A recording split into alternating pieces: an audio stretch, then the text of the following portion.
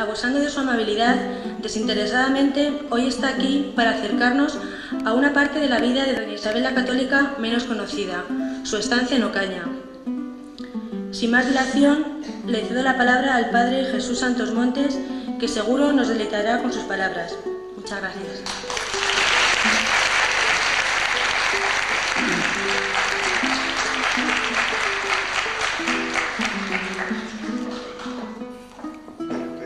Un saludo para todos, entrañable, ya lo sabéis, todo por eso, por ser de Ocaña, y yo me considero también de Ocaña, aunque no lo sea, y ya sabéis que siempre me he preciado de estar enamorado de la historia de esta villa de Ocaña. Pues es que a lo mejor alguno pudiera esperar que mi conferencia, mi charla hubiera sido mejor sobre esto tan actual que se está ahora hablando de Isabel la Católica, de que si la van a beatificar o no la van a beatificar, si tiene razón o hay razón para beatificarla. Y de verdad que ese tema me hubiera gustado muchísimo, lo digo de verdad. Y además pues, me hubiera disfrutado el haberlo hecho, aunque es más difícil que el que voy a exponer ahora y más complicado. Pero, sin embargo, siento una gran satisfacción el que se esté trabajando por su santificación y con los datos que he podido averiguar y estudiar en algunos libros que se han publicado. Ya lo decía en el programa de fiestas, hablé allí, dije un poquito de lo que se estaba haciendo. Se han publicado 3 volúmenes, nada menos, que del tema histórico de Isabel la Católica, para presentarlo como una razón más en favor de su vida ejemplar, no digamos santa porque no es santa aún, pero es muy ejemplar y que digna de ser beatificada. Más luego también, pues sabéis que son más de 100.000 cartas de petición que se han entregado ya en Roma, entre los cuales se pide también la beatificación. No solamente son de aquí de España, sino también, sobre todo, de Sudamérica. Pues eso. Pero hay razones mucho más íntimas que toda esta cosa externa, y que eso lo tiene que decir la Iglesia, que proceden todas estas cosas con mucho rigor, porque aquí eso es un juicio y habrá pues lo mismo que hay abogados, por una parte de defensa y por otro también de acusación, y entonces pues ella decidirá si es digna o no de ser elevada a los altares. Yo digo que hago votos para que así sea, porque lo merece por muchas razones, aunque haya, pues, si le quiera poner muchas pegas por otros motivos. Y sin más, comenzamos, pues, o quiero comenzar esta intervención, que como decía, lo titulo así, Isabel la Católica y Ocaña. Como sabéis, muchas son las ciudades, villas y pueblos que en este 5º centenario de la muerte de la reina Isabel la Católica rivalizan en rendirle un caluroso y merecido homenaje por 1001 razones. Y entre esos numerosos lugares que se sienten obligados a recordar tan grata memoria está nuestra villa de Ocaña, que además se siente orgullosa de haber gozado no solo de su presencia, sino también de su entrañable amor, haciendo que aquí en Ocaña se sintiera feliz. Venir a Ocaña, para Isabel, era encontrar un lugar de descanso y solar para su cuerpo y para su espíritu. Pero hay además algo sobre lo que quiero llamar la atención de todos los que estáis aquí presentes y a lo que tal vez no se le ha dado la debida importancia.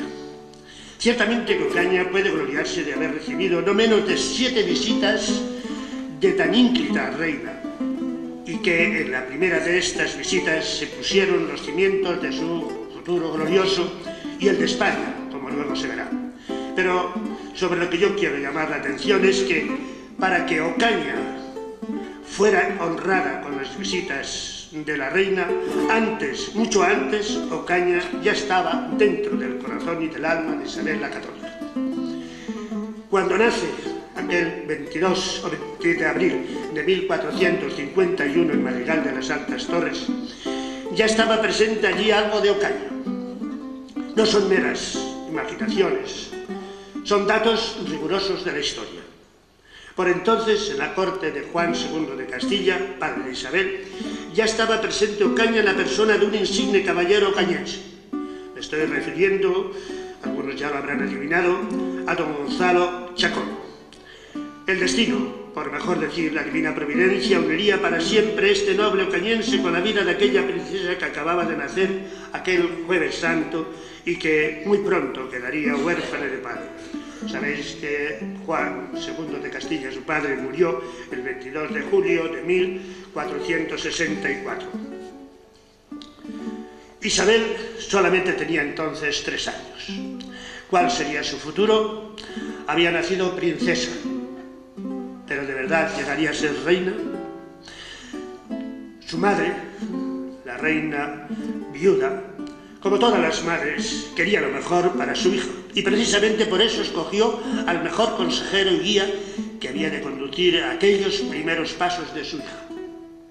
Y ciertamente que acertó al escoger aquel sabio y prudente caballero al que conocía perfectamente desde tantos años que llevaba viviendo con él en la corte.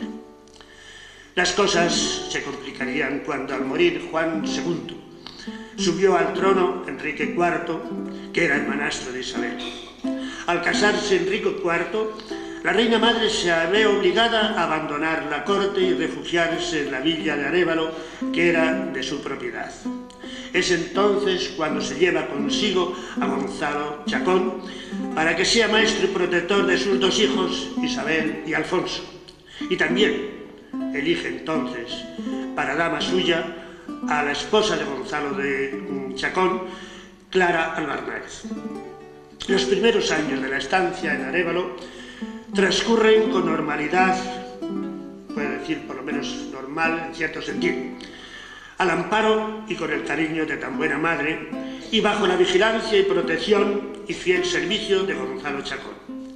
A esta época pertenece un episodio que nos va a contar el mismo Chacón al escribir la vida del desventurado, condestable don Álvaro de Luna. Un día se llevó a los 2 infantes a visitar Toledo. Para Gonzalo Chacón era, en cierto sentido, un rendir tributo de gratitud a quien le había llevado. Había sido su señor, pero además le había introducido en la corte. Visitar el sepulcro y la rica capilla donde descansaban los restos de don Álvaro de Luna era para él pues algo muy importante. Para Isabel y Alfonso les sirvió de expansión y de sano recreo, además de tener la ocasión de conocer la monumental catedral de la ciudad imperial y romper un poco la monotonía de aquella vida de reclusión en el regio castillo de la villa de Arévalo. Pero muy pronto se rompería aquella sosegada tranquilidad de los 2 infantes. La esposa de Enrique IV, no sabemos por qué y con qué finalidad, mandó que trajeran a la corte a Isabel y Alfonso. Es que tenía miedo a que un día ellos fueran los que heredaran el trono. Isabel tenía ya 12 años. No es extraño que le impresionase la nueva vida, dado que el ambiente no era muy modélico y sano como el que ella estaba acostumbrada a vivir en compañía de su madre. Pero allí tenía a su buen ángel de la guarda y fiel servidor Gonzalo de Chacón.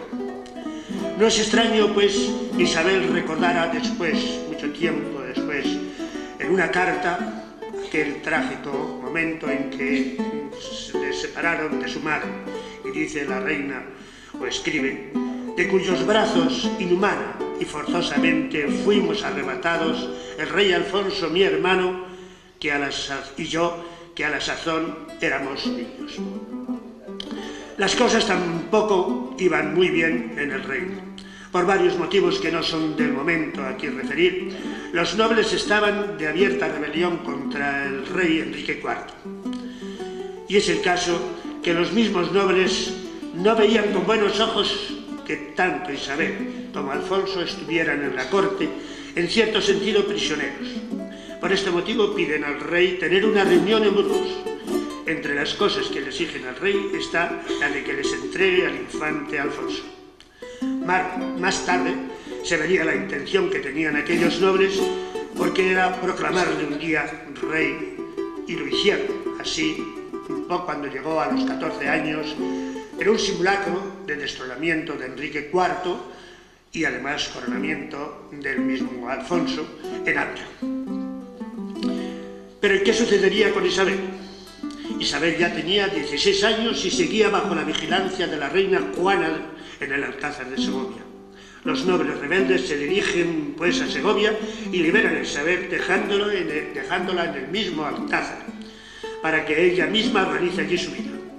En su nueva mansión le acompañan 6 mujeres designadas por su propia madre y un reducido número de hombres que le servían de guardaespaldas, y entre ellos estaban inseparablemente y con fidelidad Gonzalo Chacón, al que se le ha unido, por petición del mismo Chacón, otro noble caballero ocañense, don Gutiérrez de Cárdenas, que servirá a la princesa inseparablemente desde este momento.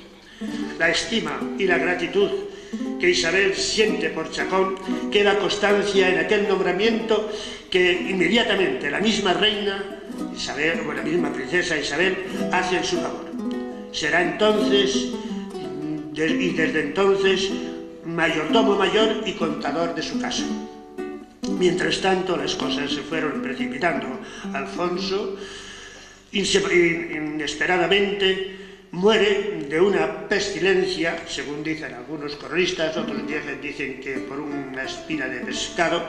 Yo pienso que es más acertado en decir eso, por una pestilencia, que era la manera que entonces tenían de interpretar esas enfermedades que no se conocían entonces. Y muere el 5 de julio de 1468 en Cardeñosa. Este desgraciado incidente va a hacer que Isabel comience a ocupar un protagonismo que la llevará muy pronto a que sea declarada princesa heredera. Pasados los días de luto por la muerte de su hermano, Isabel se refugia en Ávila, al amparo de algunos nobles, y allí permanece los restantes meses de aquel verano. Estamos hablando de 1468. Es sin duda un tiempo de reflexión y de deliberaciones ante las perspectivas que se le abren como sucesora y heredera de la corona de Castilla después de la muerte de su hermano Alfonso. Los momentos son difíciles y entonces más que nunca necesita el consejo y asesoramiento de sus fieles servidores y consejeros. Ciertamente que en el testamento sucesorio de Juan II, su padre, aparecía expresamente ya el nombre de Isabel como posible heredera, pero la realidad presente era que el rey era su hermanastro Enrique IV, pese a lo que pudieran opinar algunos nobles. Guiada por los prudentes consejos de Chacón y de Gutiérrez de Cárdenas, y sin renunciar a sus derechos, Isabel toma la decisión de entenderse pacíficamente y hasta legalmente con su hermanastro. Para ello se imponía una entrevista con el rey. Esta tuvo lugar asistiendo los nobles los días del 18 al 25 de septiembre de ese año en la venta de los toros de Guisando, en un pueblecito de Ávila.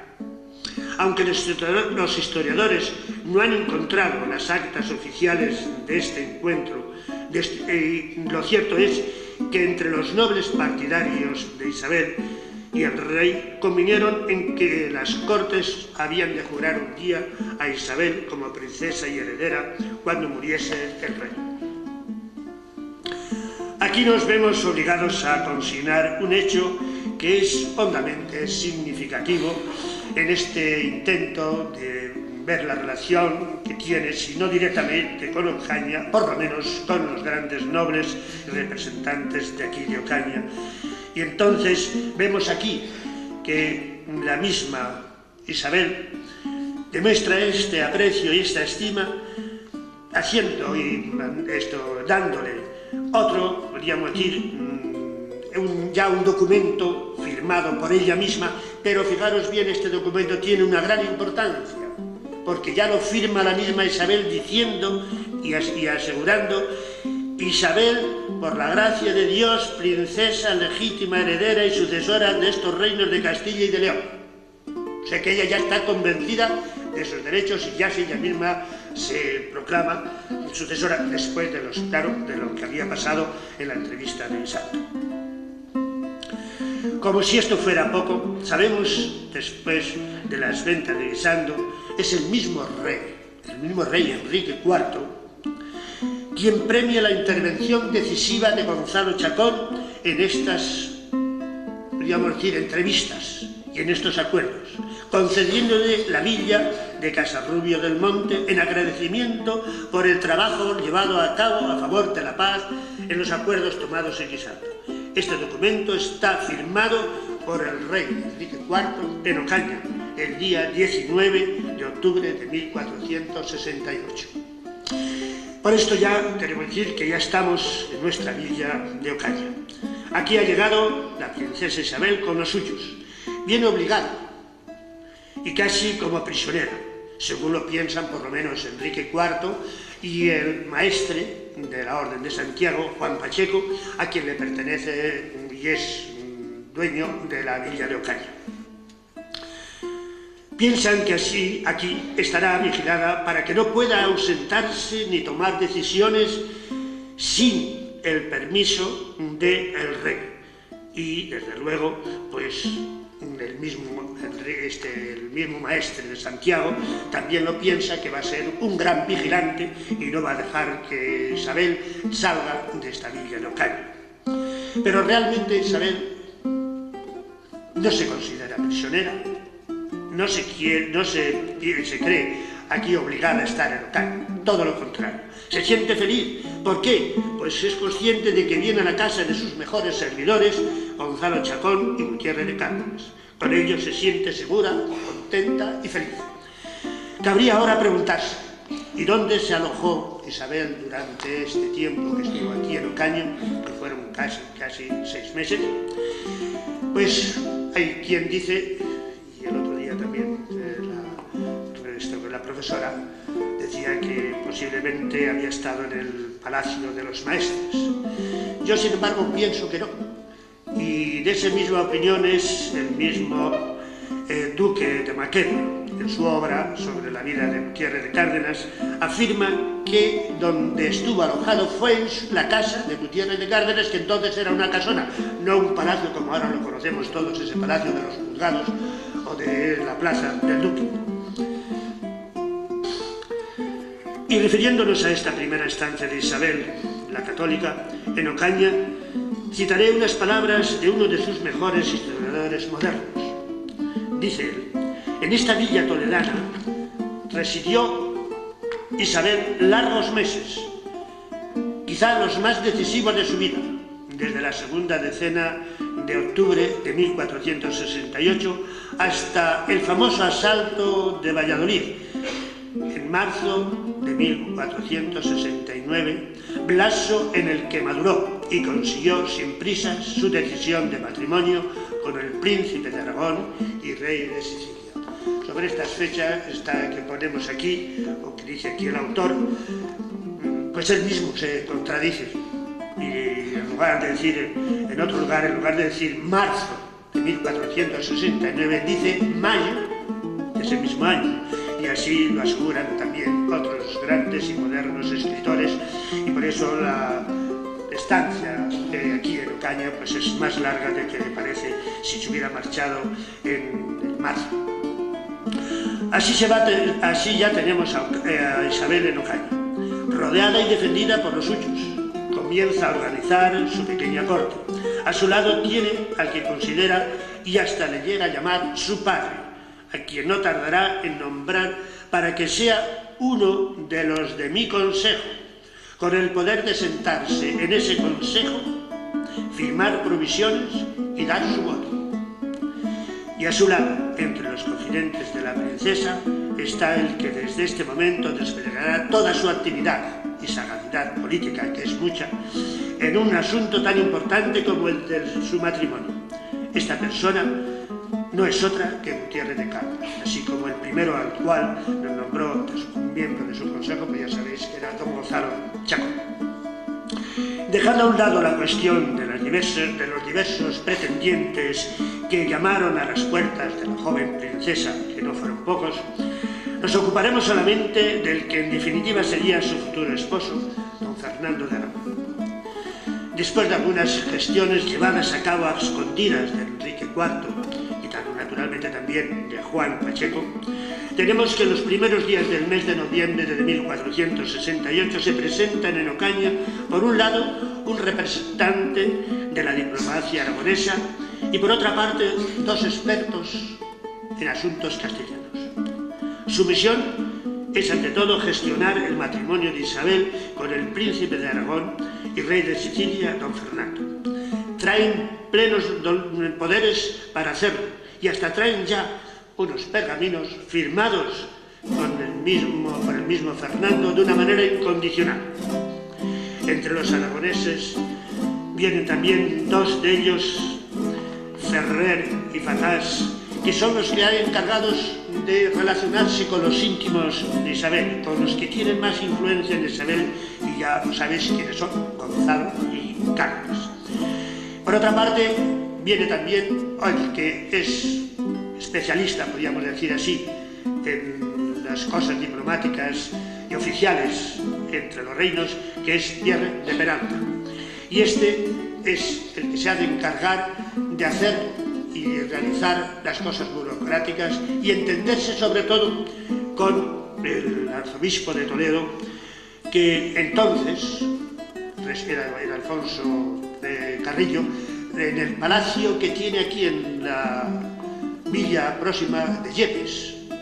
Seguramente vosotros, que conocéis también muy bien Yepes, pues os puedo señalar dónde está. Es paralelo, está así la iglesia, y luego la plaza, y a este lado hay unas casas muy uniformes, pues ese será precisamente la residencia y palacio del arzobispo de Toledo. Pues a él tenía que dirigirse especialmente él, porque era, se le podría decir, el todopoderoso entre los nobles que defendían y eran partidarios de Isabel. Con él también, no olvidemos, y si tuviéramos que hacer más historia de Isabel, pues encontraríamos junto al mismo Alfonso Carrillo, encontraríamos a Gómez, Manrique, que será uno de los que firmen luego también este documento de contrato matrimonial. Ya estamos pues en los momentos decisivos. Hemos entrado en 1469. Isabel ya tiene 18 años. Está en la edad de tomar su decisión después de haber sido exactamente asesorada por sus siempre fieles servidores y consejeros. Y aquí es cuando los cronistas se fijan principalmente en la intervención de don Gutiérrez de Cárdenas y hasta nos llegan a hacer una transcripción hipotética, creo yo, del razonamiento que empleó en aquel momento para inclinar la voluntad de Isabel a escoger por futuro esposo al príncipe aragonés. En resumen, pues parece que le diría, era el príncipe de igual edad que la suya. Fernando tenía nada más que un año menos que Isabel, porque esperaba la sucesión de Aragón y de los otros señoríos del rey su padre, que confinaban con los reinos de Castilla, en que esperaba con la ayuda de Dios suceder, porque estos reinos y señoríos, juntos con ellos, puestos en un señorío, eran la mayor parte de España. Es precisamente el soñado o el sueño de Isabel, que es conseguir que España sea una sola. Luego veremos que después de haberse realizado el contrato matrimonial le quedará un sueño a realizar, pero lo realizará, que es la conquista de Granada. Los grandes que hacen toda esta gestión y que abren el camino para este matrimonio, ya lo sabéis, los artífices habían sido los de siempre. Y por eso, al tener noticia de ello, Fernando inmediatamente escribe dos cartas, una dirigida a Gutiérrez de Cárdenas y otra, que era el maestre Sala de Isabel la Católica, agradeciéndole las gestiones. La gratitud no queda en meras palabras, sino que son recompensas y muy sustanciosas. Es espléndido Fernando en ofrecerle a Gutiérrez de Cárdenas lo siguiente, nada menos que le ofrece la fortaleza y villa de Maqueda.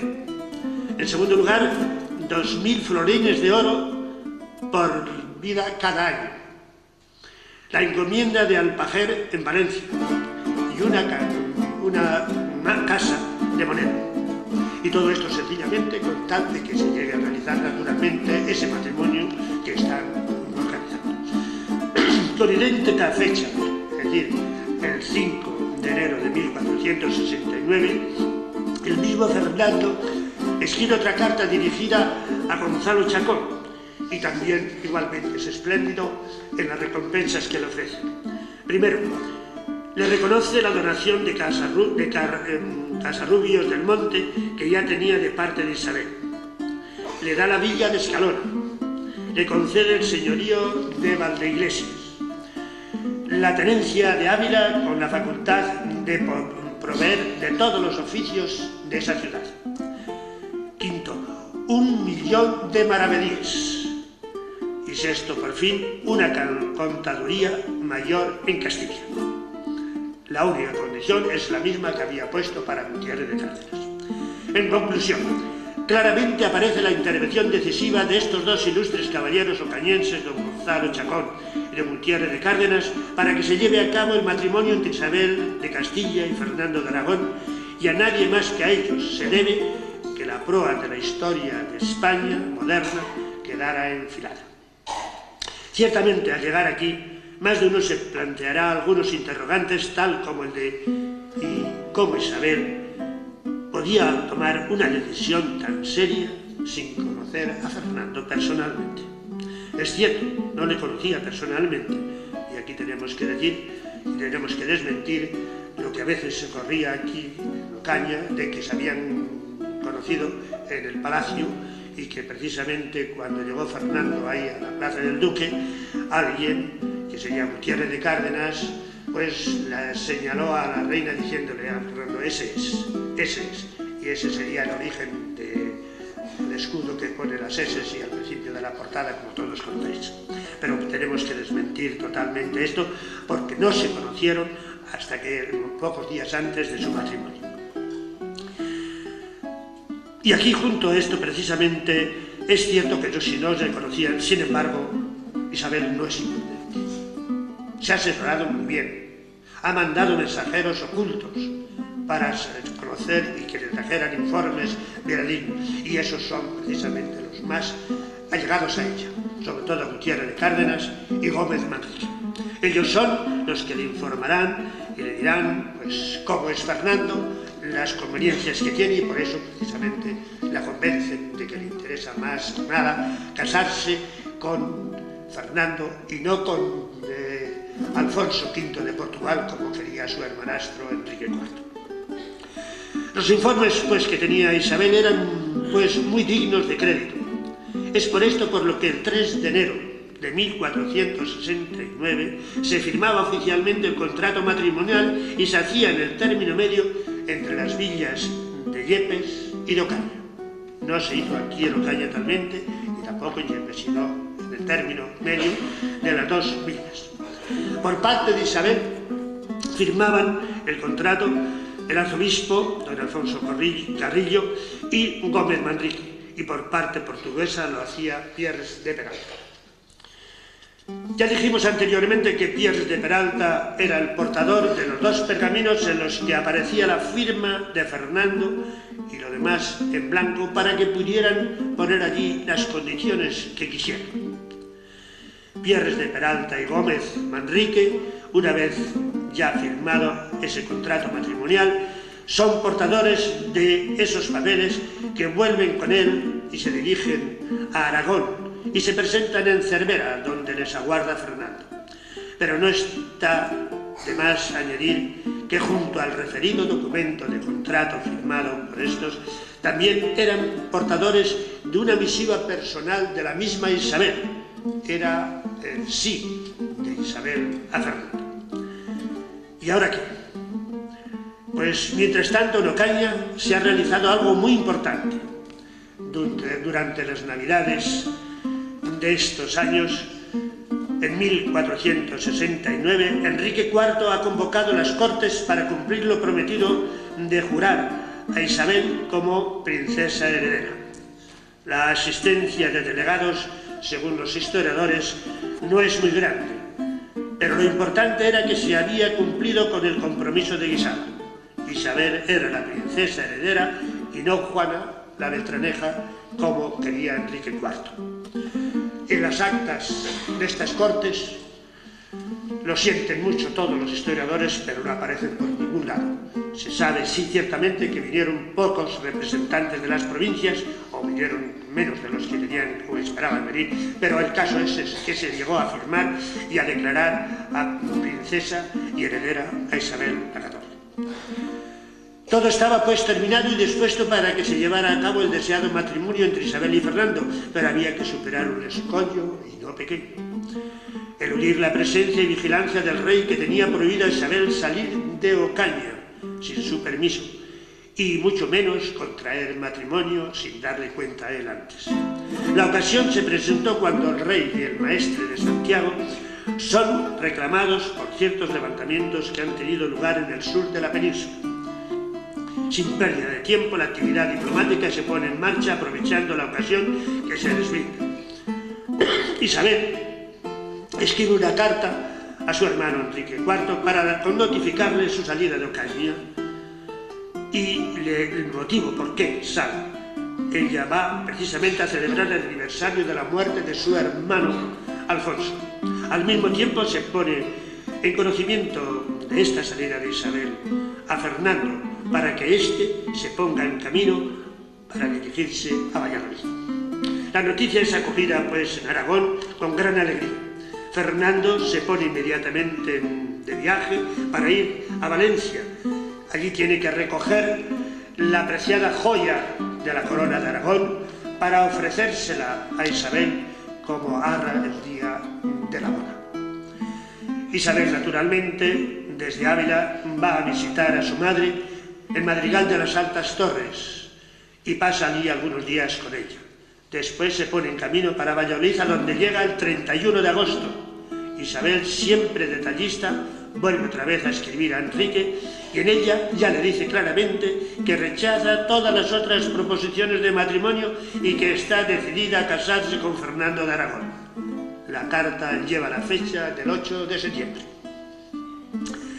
Ya solo faltaba que Fernando pudiera hacer el viaje hasta Valladolid, pues tiene que atravesar territorios vigilados por los partidarios del rey.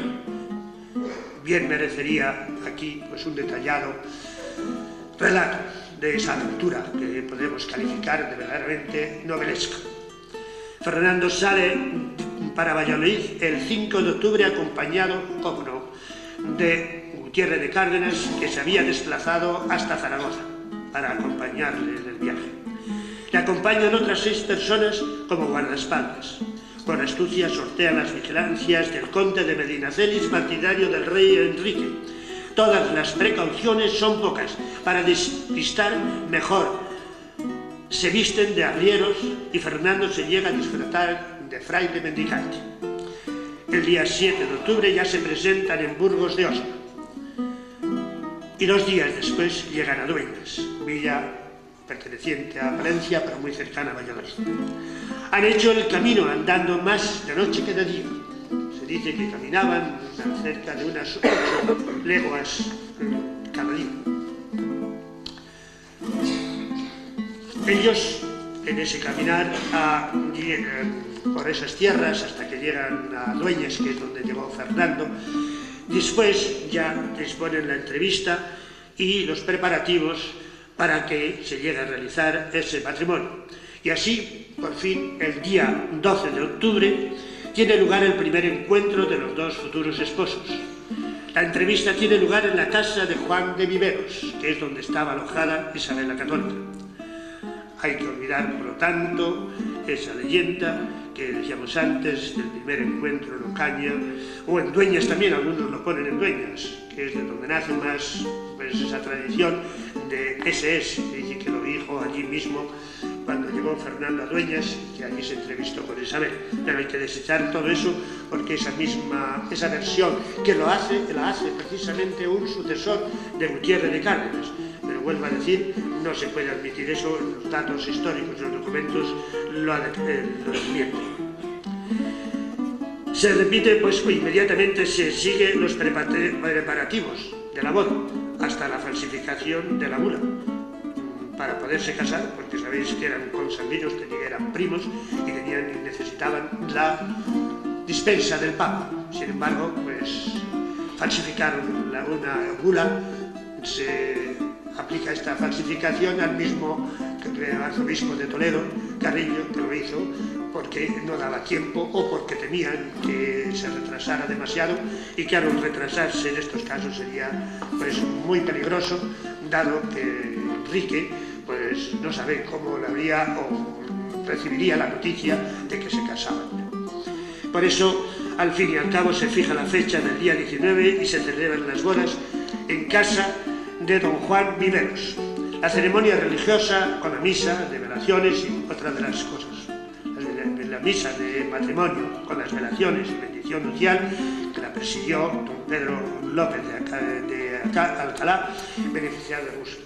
No se hace, como se venía diciendo por ahí, en algunas veces se ha escrito, que las velaciones o las velaciones se tuvieron lugar en nuestra parroquia o iglesia de San Juan.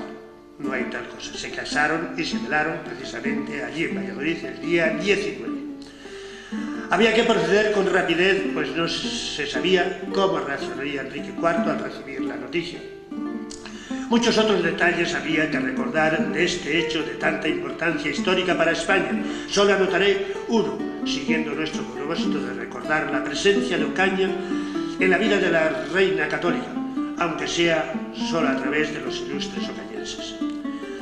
Al repasar o releer el documento oficial del matrimonio de Isabel y Fernando, entre los nombres que figuran como testigos aparecen eminentemente los dos consabidos caballeros ocañenses, don Gonzalo Chacón y Gutiérrez de Cárdenas. Así vemos que en ese auténtico documento, en los renglones 20 y 21, dice así, dice el testamento ese documento. En los honrados caballeros Gonzalo Chacón, comendador de Montiel, mayordomo mayor de la dicha señora princesa, y del dicho Gutiérrez de Cárdenas, del consejo de la dicha señora princesa. Ocaña, pues, sigue estando presente en los momentos más trascendentales de la vida de Isabel. Durante los 35 años que aún ha de vivir Isabel la Católica, la volveremos otra vez relacionándose con Ocaña varias veces. 5 años después de contraer el matrimonio con Fernando, el rey Enrique IV muere el 11 de octubre de 1474. Así quedan abiertas las puertas para que Isabel sea proclamada reina de España. Este acto de proclamación tuvo lugar en Segovia el 12 de diciembre de ese año, en la ausencia de don Fernando, que no está allí. Pero Isabel, una vez terminado los funerales que ella misma organiza en Segovia, ella se despoja del luto, inmediatamente se viste de reina con los mejores trajes y se apresura a realizar el acto de proclamación de reina, precisamente porque no quería que quedara ninguna ausencia de autoridad en sus reinos. La proclamación se hace con toda solemnidad. Aunque no esté presente Fernando, su presencia queda sustituida por una improvisada determinación tomada por Isabel. Precediendo la real y solemne comitiva, manda que vaya un noble caballero que ha de ir con la espada alzada, señal de autoridad y sobre todo señal de justicia. Y ese caballero que lleva la espada alzada es don Gutiérrez de Cárdenas. También en esta ocasión, doña Isabel nombra a Gonzalo Chacón alcaide del Real Alcázar, que es donde precisamente se ha de establecer de momento la corte o residencia de la corte. Isabel debe comenzar a ejercer su autoridad reclamando la sumisión y acatamiento debido de todas las villas y ciudades, y sobre todo se ha de preocupar en recuperar algunas que habían sido usurpadas por Alfonso V de Portugal. Por este motivo abandona pronto Segovia y se dirige a Zamora y Toro. Estando en la villa de Toro, le llega la noticia de la muerte del maestre de Santiago, don Rodrigo Manrique, que tantas batallas había ganado para los reinos de Castilla y de León. Todos los ocañenses sabemos que este gran maestre murió precisamente aquí en Ocaña el 11 de noviembre de 1476. Casi inmediatamente la reina, dejando a Fernando en la tarea de recuperar las ciudades perdidas en el Reino de León, se prepara a emprender viaje hasta Auclés, donde se reúnen los comendadores y treces de la Orden de Santiago para proceder a la elección del nuevo maestre. Los reyes católicos ya habían pensado que la autoridad de los maestres era excesiva e impedía verdaderamente gobernar con más libertad a los reyes. Y por eso habían escrito también ya una carta al Papa para que les diera y les concediera el que ellos hicieran o presidieran en las órdenes militares, siempre respetando naturalmente los estatutos y las reglas que ellas tenían. Isabel sale de Toro el 5 de diciembre camino de Ocaña, donde está el Palacio de los Maestres de Santiago, donde ha muerto don Rodrigo Manrique, para que desde allí se dirigiese inmediatamente a Auclés. La dureza del crudo invierno no acobarda a la reina, ni siquiera las grandes dificultades que ofrece el paso de Guadalajara. Tiene que llegar a tiempo para impedir la elección de un nuevo maestre. En efecto, el día 9 de diciembre Isabel ya está en Ocaña. Tras un breve descanso en la casona de un maestre de sala, don Gutiérrez de Cárdenas, el día 12 o 11 por la tarde se dirige para Auclés, donde se hallan reunidos los comendadores y los 13. Se presenta de repente en la sala y sin más, con la plena autoridad que le da el de ser reina, suspende la elección. El día 14 está de nuevo ya en Ocaña y allí espera la llegada de su esposo, que quedó por tierras zamoranas recobrando las ciudades que habían perdido. En aquellos días de espera no hace falta esforzarse mucho para averiguar cuáles serían los pensamientos que embargarían el ánimo de Isabel. A su memoria afluirían tantos y tantos recuerdos de aquellos días del mes de octubre y meses siguientes que pasó allí reflexionando antes de tomar la decisión más importante de su vida, la de su matrimonio, y recordando también aquellas cortes en las que había sido jurada princesa heredera. Ahora, transcurridas y superadas tantas y tantas dificultades, ya se veía reina, no solo de los reinos de Castilla y León, sino también de los reinos de Aragón y Sicilia. Necesitaba unos días de descanso y de solaz espiritual, mucho más que el descanso corporal. Bien sabía ella que a las afueras de Ocaña, a muy poca distancia, existía un monasterio de frailes franciscanos, aquellos que ella misma estimaba tanto y que había tenido mucha relación, sobre todo el tiempo que pasó, los años que pasó en Arévalo. Era un lugar muy a propósito para recogerse espiritualmente, explayar su alma con el Señor y confiarle sus planes. Allí se venera una pequeñita y preciosa imagen de Nuestra Señora, de la Virgen de la Esperanza, cuya fiesta se celebraba por aquellos días. Como sabéis, el día 18 de diciembre es la Virgen de la O. Los biógrafos de la reina católica han constatado que desde muy joven se sentía Isabel muy impresionada por las profecías bíblicas que se leían en el tiempo litúrgico de Adviento. En ellas se alentaba la esperanza del pueblo que espera la llegada del Rey Salvador. Las crónicas del monasterio de Nuestra Señora de la Esperanza, o San Francisco, según lo conocemos más todos, nos cuentan cómo a la reina Isabel la Católica le gustaba visitar este monasterio y retirarse allí por algún tiempo para evitar molestias a los monjes. Mandó construir allí un cuarto que desde entonces ella, lo habían de llamar todos en la historia y en las crónicas lo llaman así, el cuarto de la reina. En medio de tanta paz y sosiego, no es de extrañar que Isabel se sintiera tan a gusto y tranquila, esperando que llegara su esposo, que se había quedado por tierras zamoranas, recuperando las villas y ciudades para la corona. Después de 15 días, llega Fernando el día 2 de enero de 1477. Los reyes prolongan su estancia en Ocaña, sin embargo, hasta el día 28, en que parten para Toledo. Es la primera vez que hacen, después de haber sido proclamados reyes, el llegar y entrar en la ciudad de Toledo. Y por eso mismo pues lo hacen con mucha ostentación. Y además también Isabel aprovecha la ocasión para nombrar corregidor de la ciudad imperial a don Gómez Manrique, que tan fiel servidor le había sido siempre y tan importante papel había desempeñado en la firma del contrato matrimonial, como ya se dijo anteriormente. Ahora pasarán 8 años sin que volvamos a ver a Isabel en Ocaña. Lo hace el día 12 de octubre de 1485. Solo se le detendrá aquí 2 o 3 días. De aquí parte, no se sabe cuánto tiempo, me parece que nada más un día, para detenerse en La Guardia.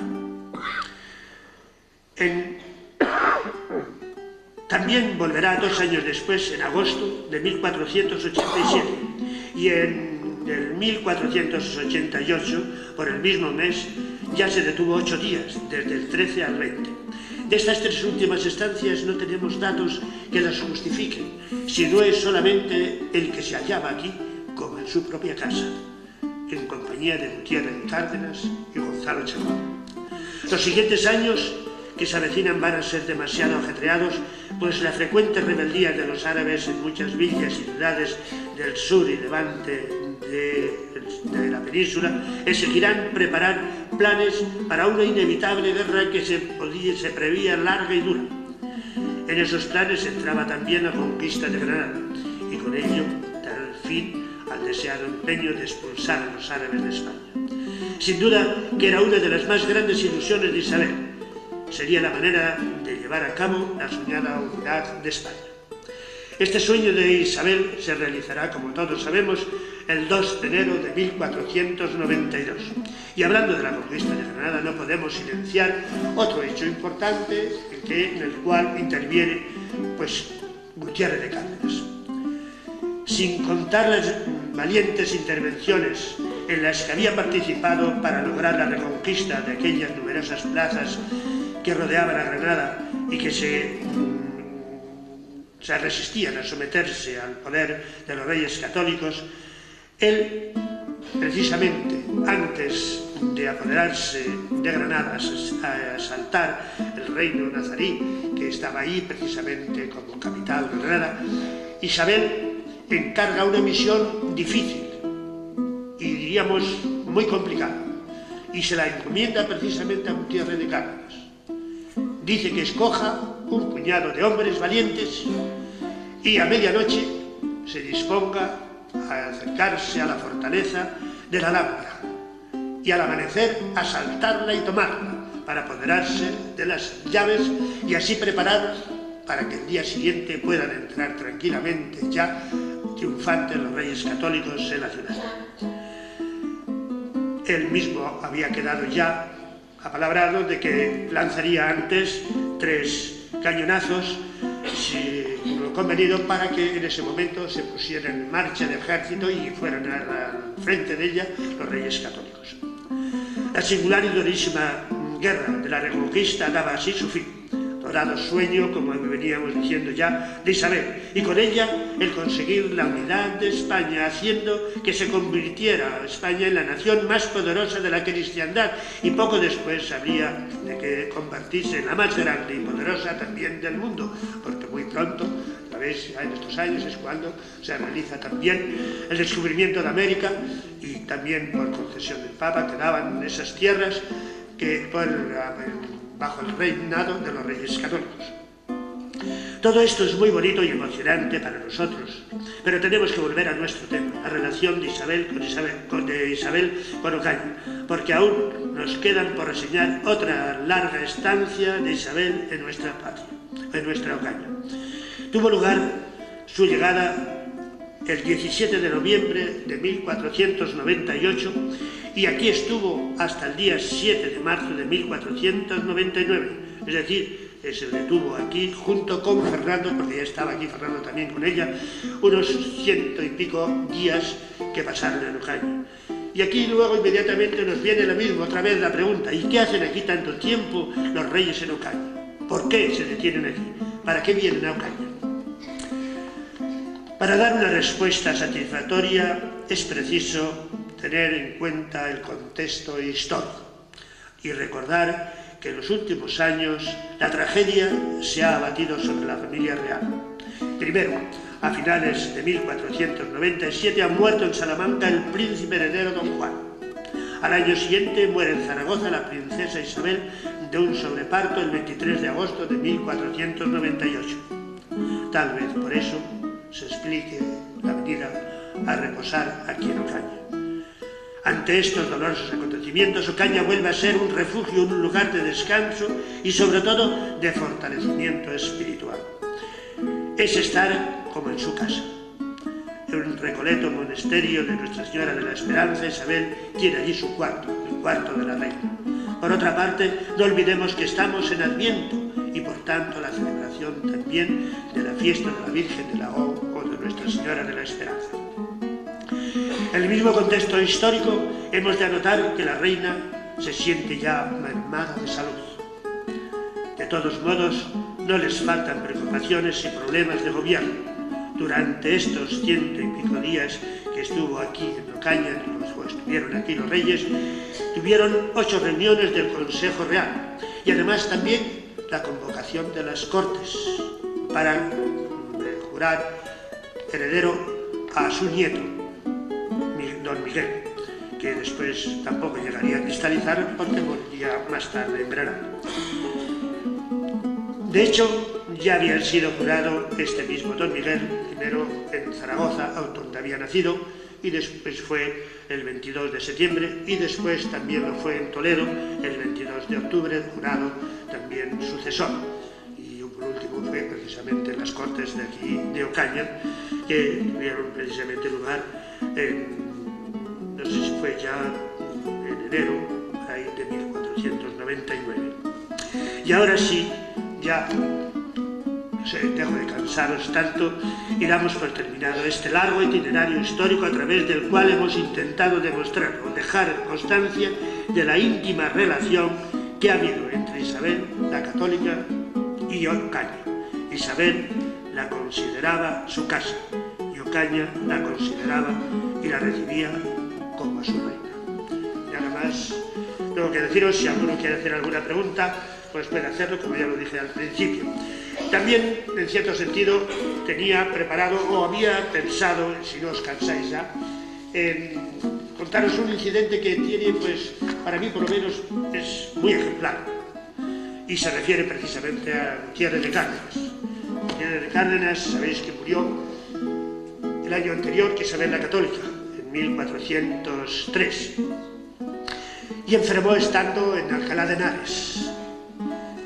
Y entonces él, pues como buen cristiano que lo había sido siempre y en compañía de Isabel, pues naturalmente había recibido esos ejemplos de piedad, de vida cristiana y de fe, pues pide un confesor y no se nos dice ciertamente quién era el nombre de él, pero posiblemente era el mismo cardenal Cisneros, al cual pues le manifestó sus ansiedades.